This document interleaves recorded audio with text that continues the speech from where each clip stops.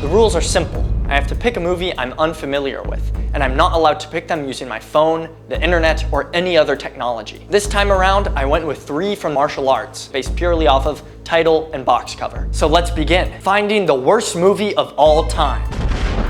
2002. 2002 is a slick, action-packed Hong Kong supernatural thriller that blends police drama with ghostly horror.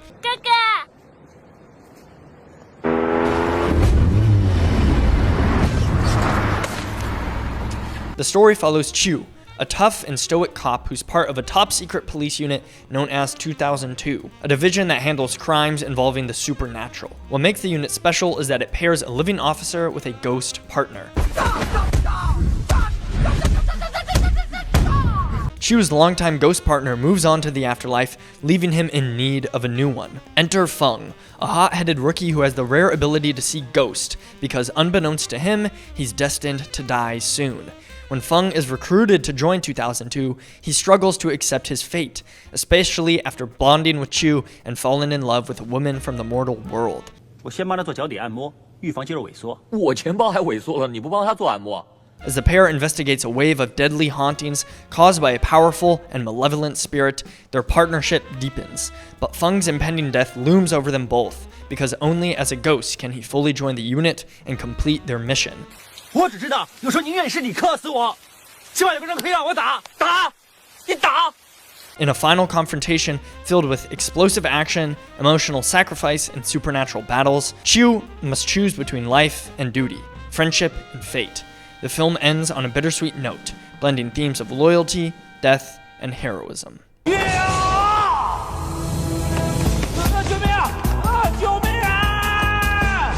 Movie review. It is fun, it is a good time, and you can tell that the director was on at least a little bit of coke. It has good action, and it makes a few stylistic choices that separate it from your run-of-the-mill martial arts film. Case in point, all the different speed ramping of speeding it up, slowing it down. The movie has a lot of swag to it, and so does the lead actor. His introduction is pretty much how I imagine myself whenever I walk into any room.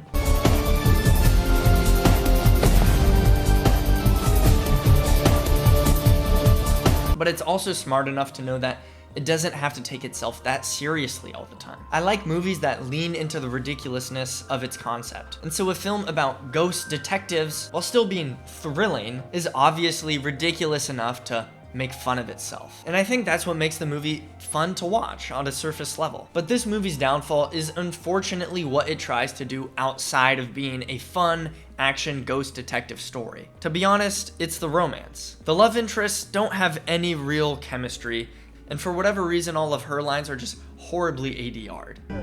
平均每天2.5个吧。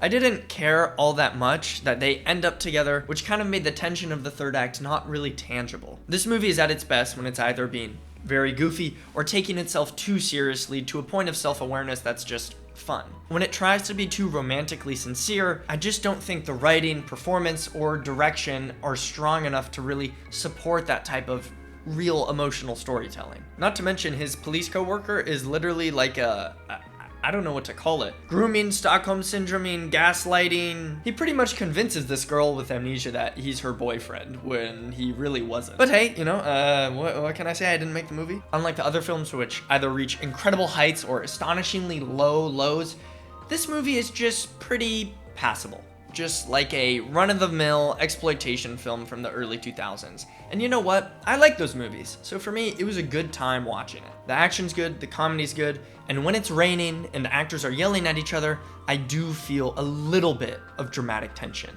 But every single time it sincerely takes itself emotionally serious, well, I don't take it emotionally serious. And it isn't like the movie falls apart in those moments, it's just that it gets boring. And for films about ghost detectives, the #1 curse you could be is boring. For any film, the #1 curse you could be is boring. I think people are gonna be very boring with these ratings on Letterboxd. They're gonna be like, oh yeah, it was fine. So I'm gonna guess I'm acting like I don't know what I'm gonna say, but I know that I'm gonna say 3.0.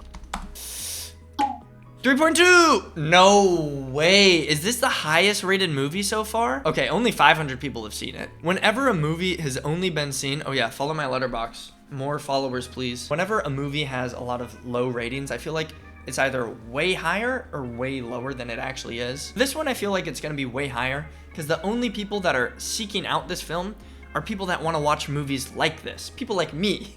So people that would naturally probably give it a little bit more benefit of the doubt. Now this movie isn't really that bad. It's not terrible by any stretch of the imagination, but it's also not some masterpiece either. And I'm noticing a trend that a lot of these movies are like that. They get the job done, they do what they're trying to do, and all of their ambitions outside of just being an entertaining film kind of always fall flat. And for that reason, they're gonna have a lot of similar badness ratings. I'm giving 2002 a badness rating of 5 out of 10. I'm sorry, I know it's boring, but hey, it's not like this movie's terrible, it's not like this movie's good. It is what it is. And look, by the end of this exercise, we'll see the most common score for all of these films is gonna be 5 out of 10. This is just, what do they say, another nick in the barrel or another drop in the well. Next movie. You're probably wondering what's going on right now. What are those 3 other movies? Well, if you watched last week's epic video, you'll see the first 3 movies I picked from Cinephile. I was planning on putting all these in that first video, but hey, I'm just one person, so if you like what you see, go check it out. Now, back to the video. Holy Weapon. Holy Weapon is an over-the-top Hong Kong fantasy action comedy that blends martial arts, magic, and gender-bending humor in the most chaotic way possible.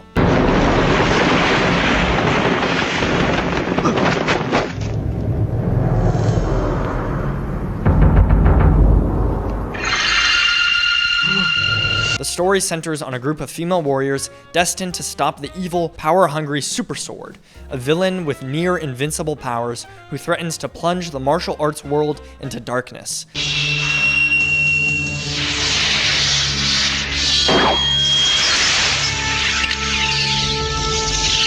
At the heart of the resistance, Yin Ying, a noble woman who discovers she is one of the 7 chosen women fated to wield the legendary Holy Weapon and defeat Super Sword. She assembles a bizarre but formidable team of heroines. Together, they undergo absurd trials, face mutant monsters, and engage in outlandish fight scenes full of wireworks, energy blasts, and slapstick comedy.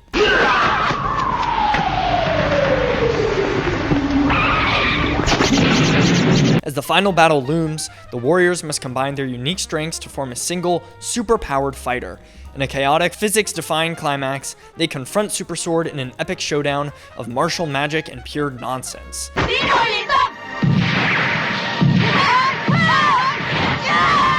Fast-paced, deliriously creative, and totally unhinged, Holy Weapon is a cult gem that celebrates and lampoons wuxia tropes with equal enthusiasm.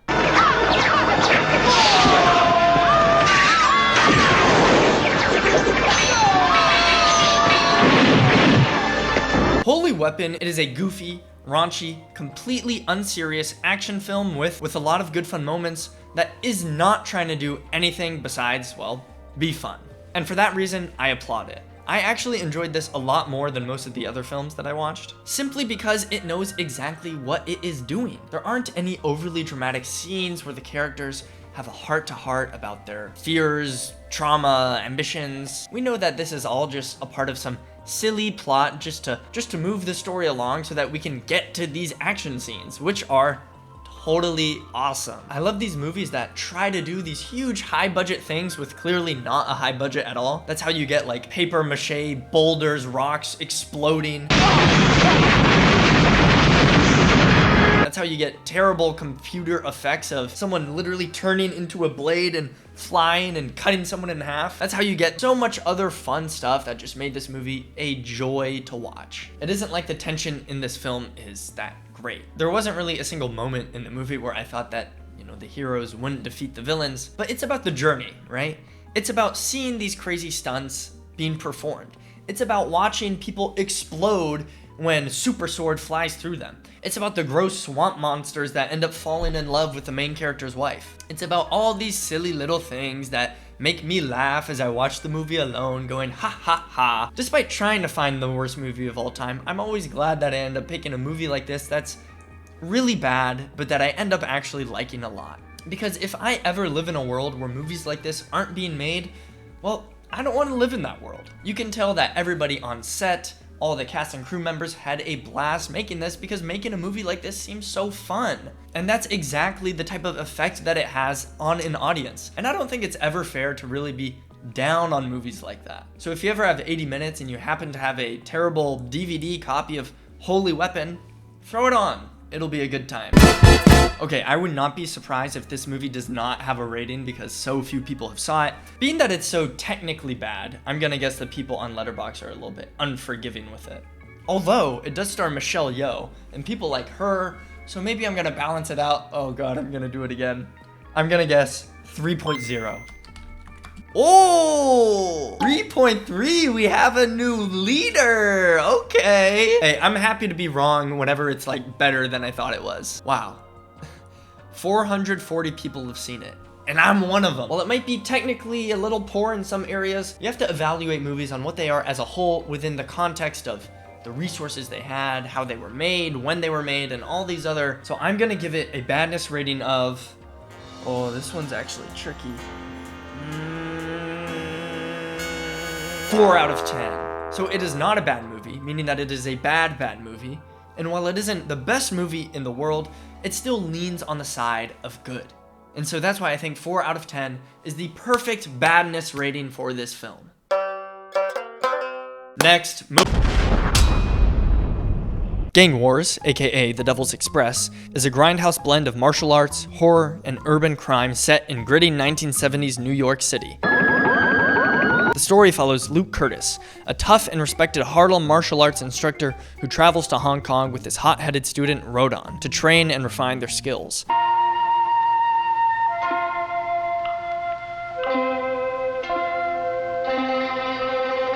While there, Rodon unknowingly disturbs an ancient tomb and unleashes a demonic spirit bound centuries ago by monks.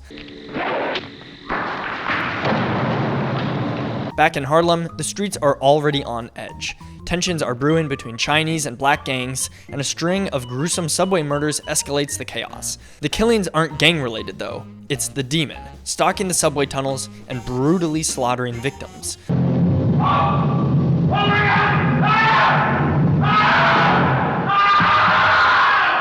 As gang violence threatens to erupt into full-scale war, Luke realizes something far more evil is at play. With his martial arts training and spiritual awareness, he's the only one who can confront the supernatural terror. In a wild climax beneath the city streets, Luke battles the ancient demon in a showdown that fuses kung fu and horror with grindhouse flair.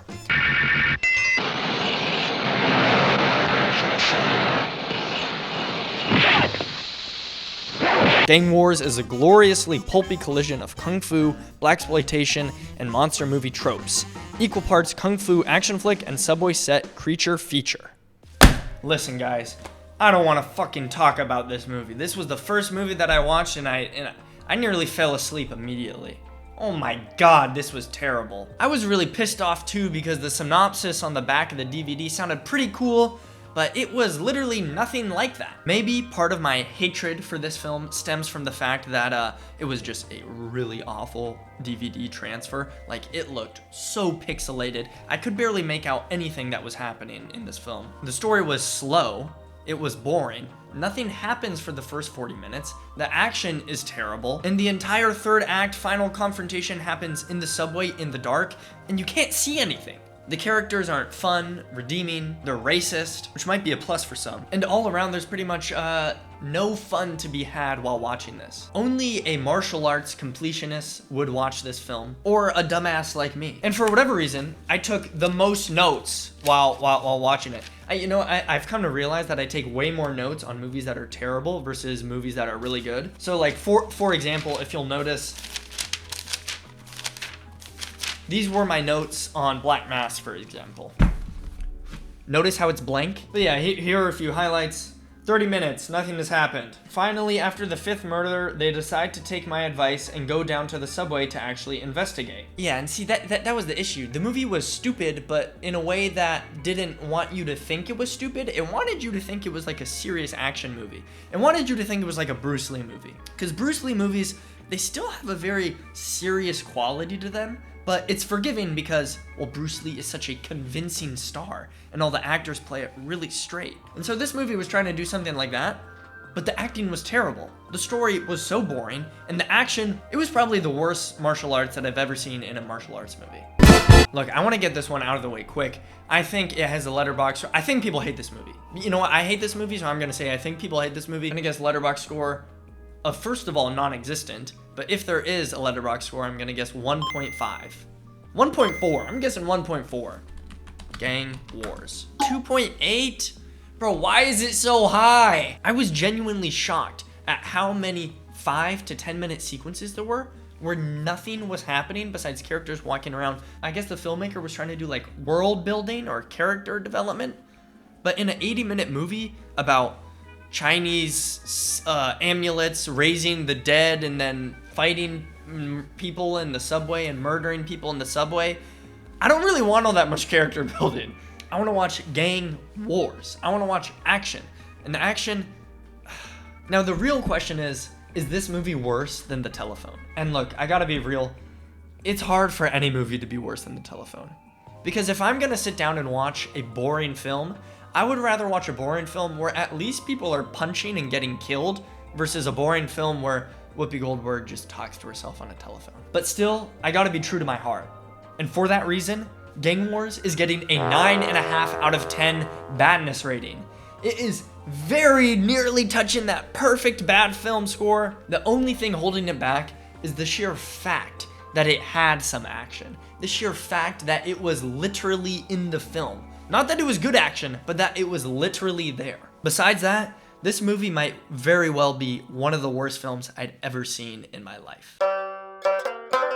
And for those of you keeping track at home, this is what the all-time list looks like. I'm sure I could make it a lot better, and I will, but I'm a little bit too lazy right now. Anyway, you could probably figure it out. So yeah, this is what it looks like. I'll just leave that up here for a few more seconds. Okay. By the way, just out of curiosity, have you guys seen that PTA and Fortnite collab? That shit's going crazy! Like, this is how you know one battle after another is going to be PTA's final masterpiece. Not final. Hopefully it's the first in a string of new masterpieces.